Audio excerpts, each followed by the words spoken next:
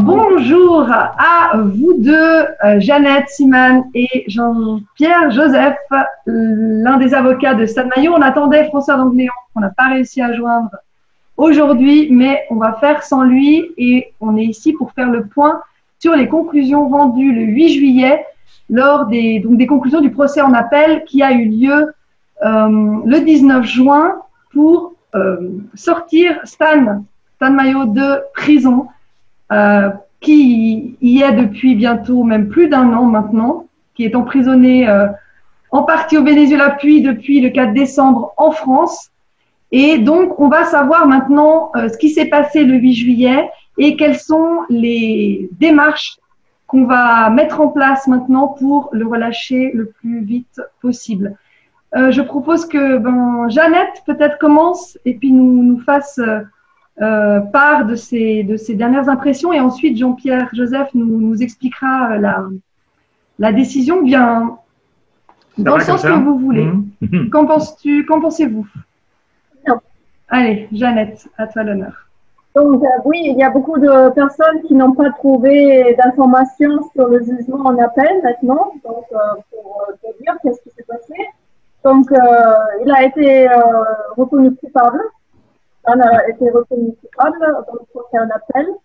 Et la peine de 4 ans de prison a été confirmée. Par contre, la peine de prison ferme a été réduite à moitié, c'est-à-dire 2 ans de prison ferme, 2 ans avec du sursis.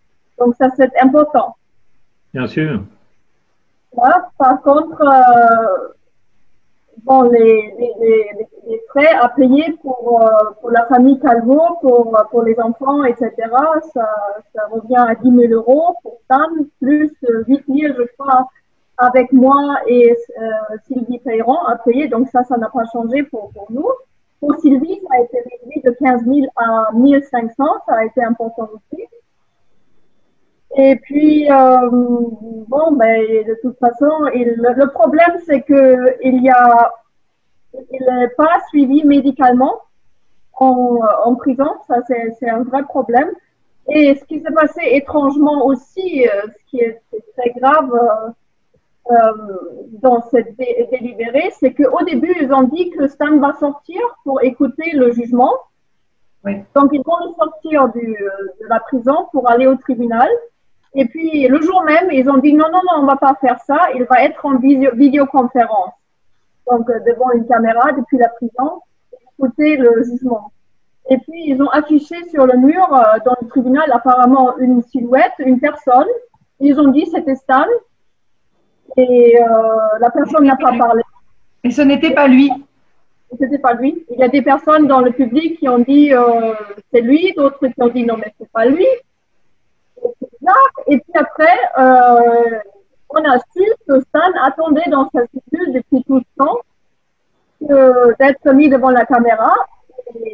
Et c'est les personnes qui étaient présentes dans le tribunal qui ont appris le jugement. Donc lui-même, il n'a rien entendu.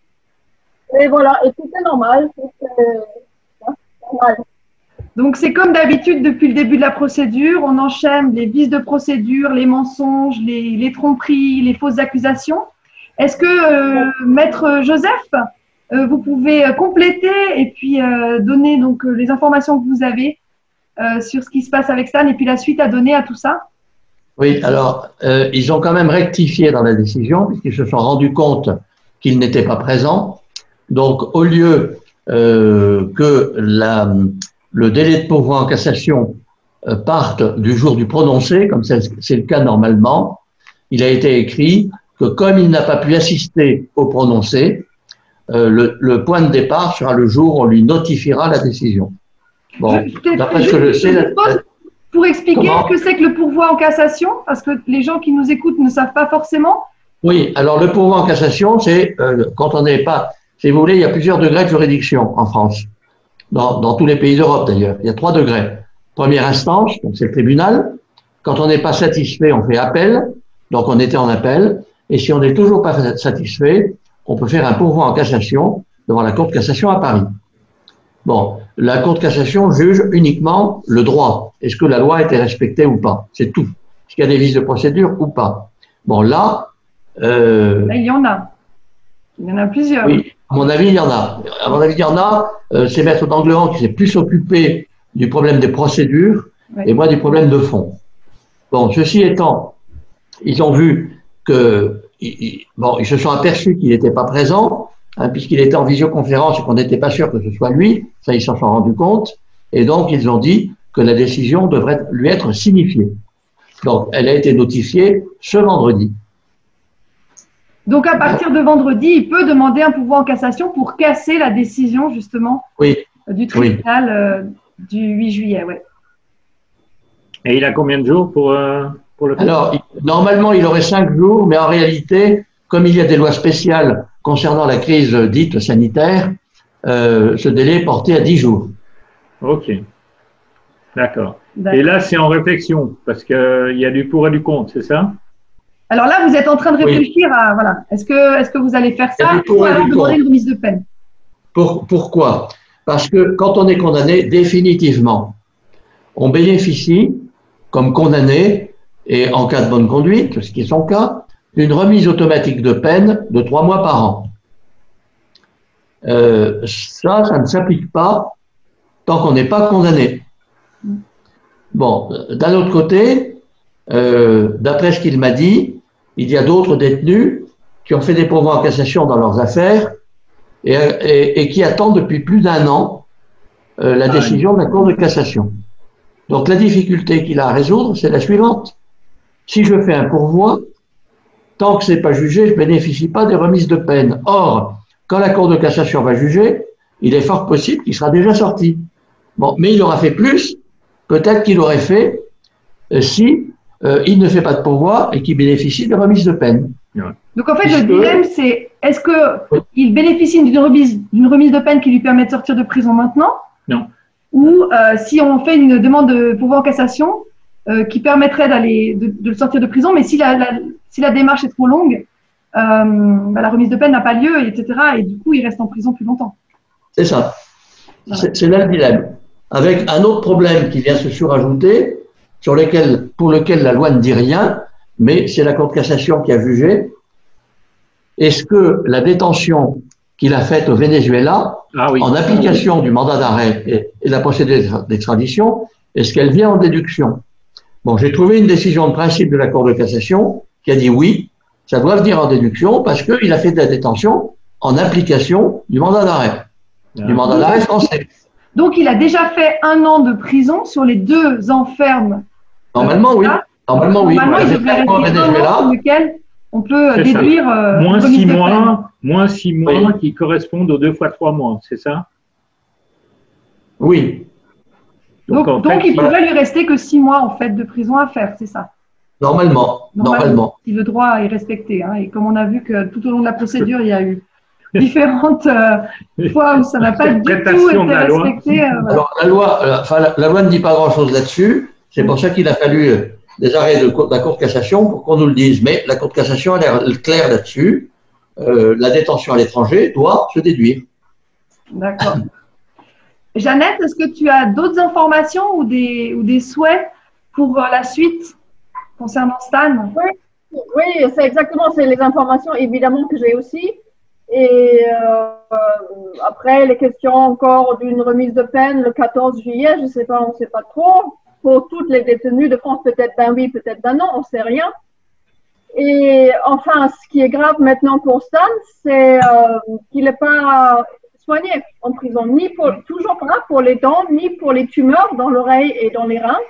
Donc, ses droits les plus fondamentaux ne sont pas respectés. Il ne peut plus mâcher, il ne peut plus manger.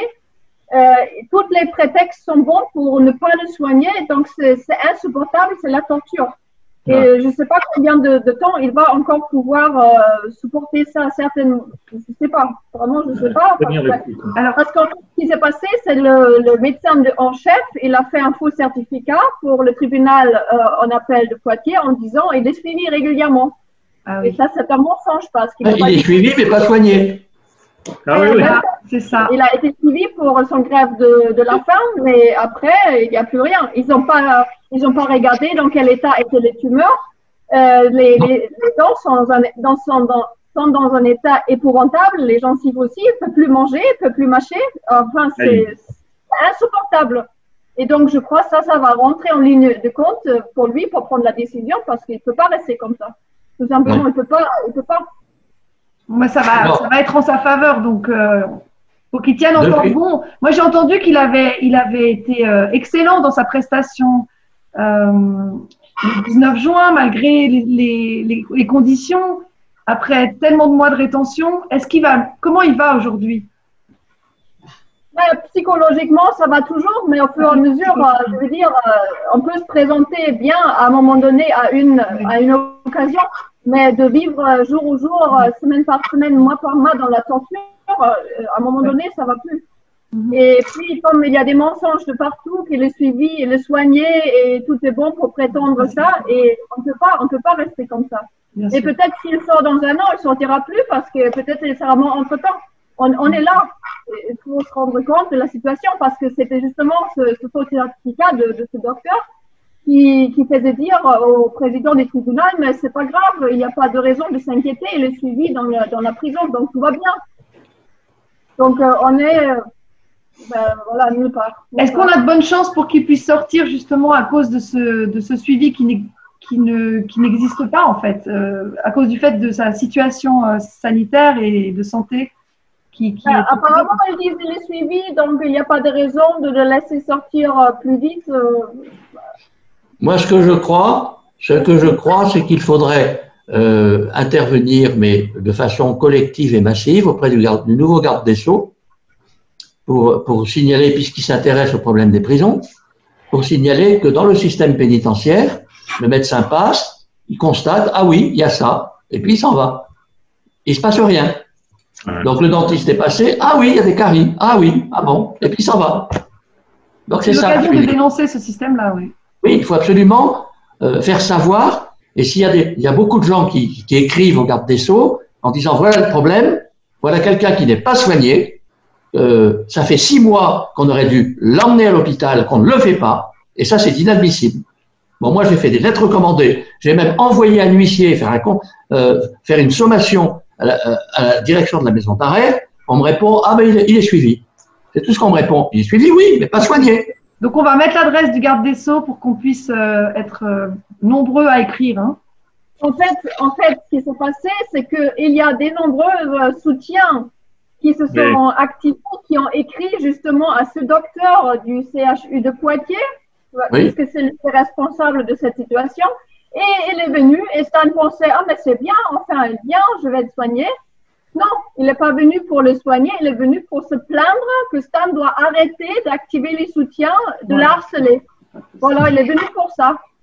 Donc, on n'avance pas. Et je ne sais pas si c'est une situation généralisée dans les prisons en France ou si c'est juste une situation particulière pour lui. Moi j'ai toujours entendu parler de ce type de problème. D'accord.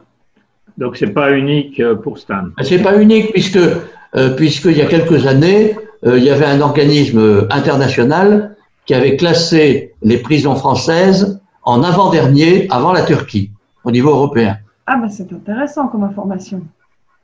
D'accord. Donc maintenant, qu'est-ce qu'on fait concrètement? On écrit au garde des Sceaux pour que Stan soit vraiment soigné. Qu'est-ce qu'on peut faire d'autre? Est-ce qu'on peut aider financièrement Sylvie aussi, qui a besoin de soutien financier dû à aux sommes qu'elle est tenue de verser? Est-ce qu'on peut soutenir Stan également? Qu'est-ce que vous nous proposez? Jeannette? Bien effectivement, si les gens veulent faire des dons à Stan ou je ne sais pas qui peut collecter, peut-être Jeannette, j'en sais rien, tout ça c'est le bienvenu. Oui, donc on va mettre les IBAN en dessous de la vidéo pour Stan et pour Sylvie. Est-ce qu'on peut faire un point sur Sylvie, justement, Peyron, qui était aussi visée dans cette procédure d'appel? Est-ce qu'on peut redire ce qui s'est passé pour elle, qui a prêté donc son camping-car quelques jours à Jeannette et à Stan? Est-ce que Joseph ou Jeannette? Donc elle, après, ce que moi je sais, c'est qu'elle, avant, elle a été condamnée à 15 000 € d'amende ou alternative, 1 an de prison ferme. Et puis Oula. ça a été révisé dans le procès en appel, ça a été réduit à 1 500 €. Par contre, si elle ne paye pas, c'est toujours la prison. Et les 8 000 € qu'on doit payer tous communément, Stan, moi et elle, ça restait. Donc, Ça, c'est les frais de justice, les 8 000 €? Ça, c'est, je crois, pour dommages et intérêts à des enfants. Faut voir si cet argent leur parvient à la fin. Hein. Ouais, bon, c'est présenté comme ça, en tout cas. D'accord.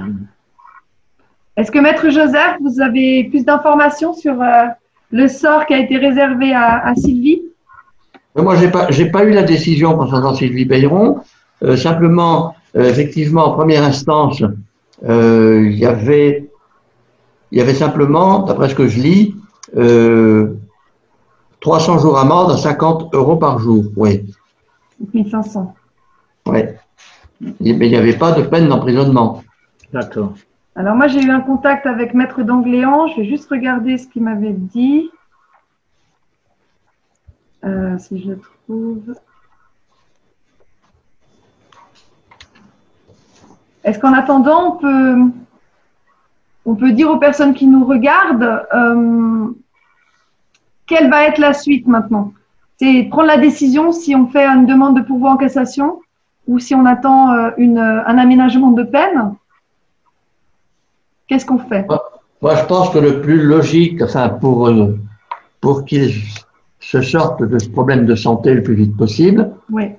Vu que le système pénitentiaire français, apparemment, n'a pas les moyens de soigner les gens correctement, hein, et vu que, alors que ça aurait dû être dit, quand un État se prétend démocrate et se permet de donner des leçons de démocratie aux Chinois, par exemple, il devrait avoir le courage de dire, puisqu'on n'a pas les moyens de détenir les gens dans des conditions humaines, on ne les détient pas, point.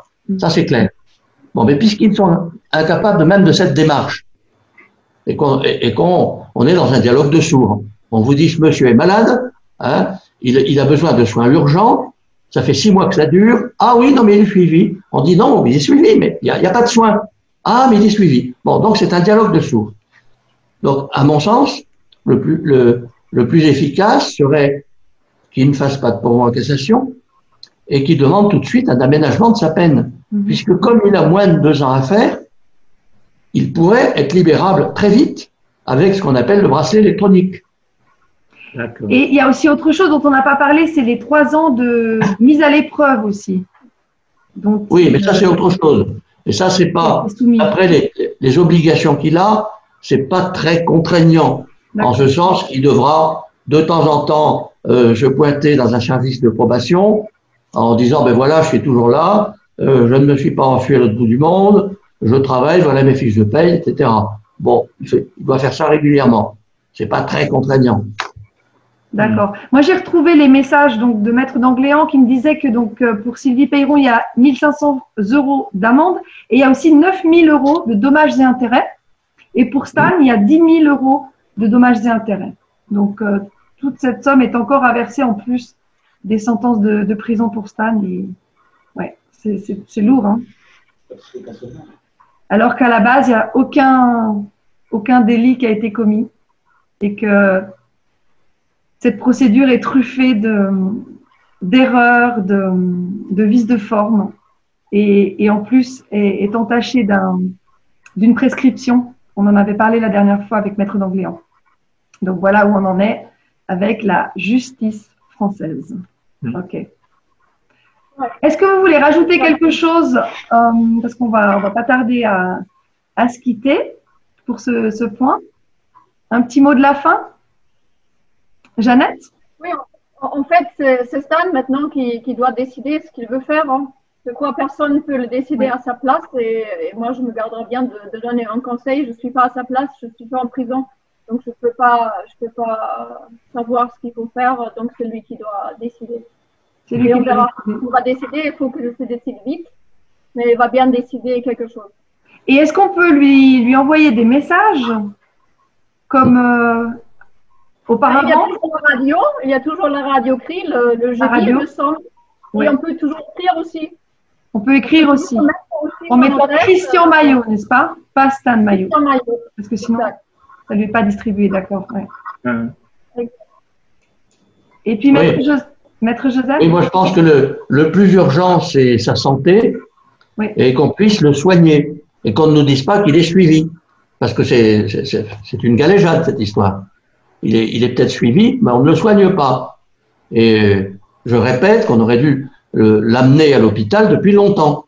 Hein, tout de suite, il s'en est plaint tout de suite, dès le début, lorsqu'il est arrivé à Saintes. Il a dit, j'ai des caries, j'ai des problèmes de tumeur, je voudrais qu'on regarde. Et personne encore ne l'a emmené à l'hôpital, ça fait 6 mois que ça dure. Donc depuis le 4 décembre, ça fait 7 mois même. Bon, j'ai appris que ces caries s'étaient aggravées, que les gencives sont en train de se nécroser, donc il risque une septicémie. Je pense quand même qu'il faudrait réagir. Oui, donc on lance un appel pour que Stan soit soigné, vraiment. Oui, exactement. Il faut qu'il soit soigné. Oui. C'est le principal message aujourd'hui qu'il faut donner. Et puis alors, du côté de la défense, il y a toute la question de faire admettre qu'il y a eu une année complète déjà, et puis qu'il a droit à 6 mois de... Donc, normalement, il devrait pouvoir sortir dans 6 mois, non? Normalement. Ouais. Normalement. Ok. Bon, on mettra donc les IBAN de Sylvie et de Stan pour les personnes qui veulent les soutenir. On fait l'appel pour un médecin, le dentiste en tout cas, pour qu'il soigne les caries de Stan et pour qu'il puisse être vraiment soigné aussi pour ses tumeurs et qu'il puisse recevoir les repas véganes qui sont son alimentation aussi et qu'il puisse sortir le plus rapidement possible. Merci à vous, merci d'avoir été présent ce soir pour cette interview.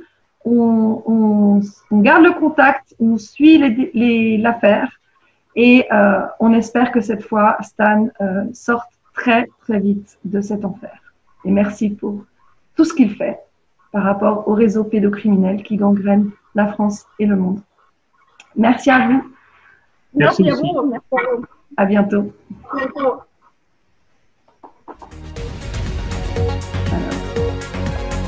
Alors.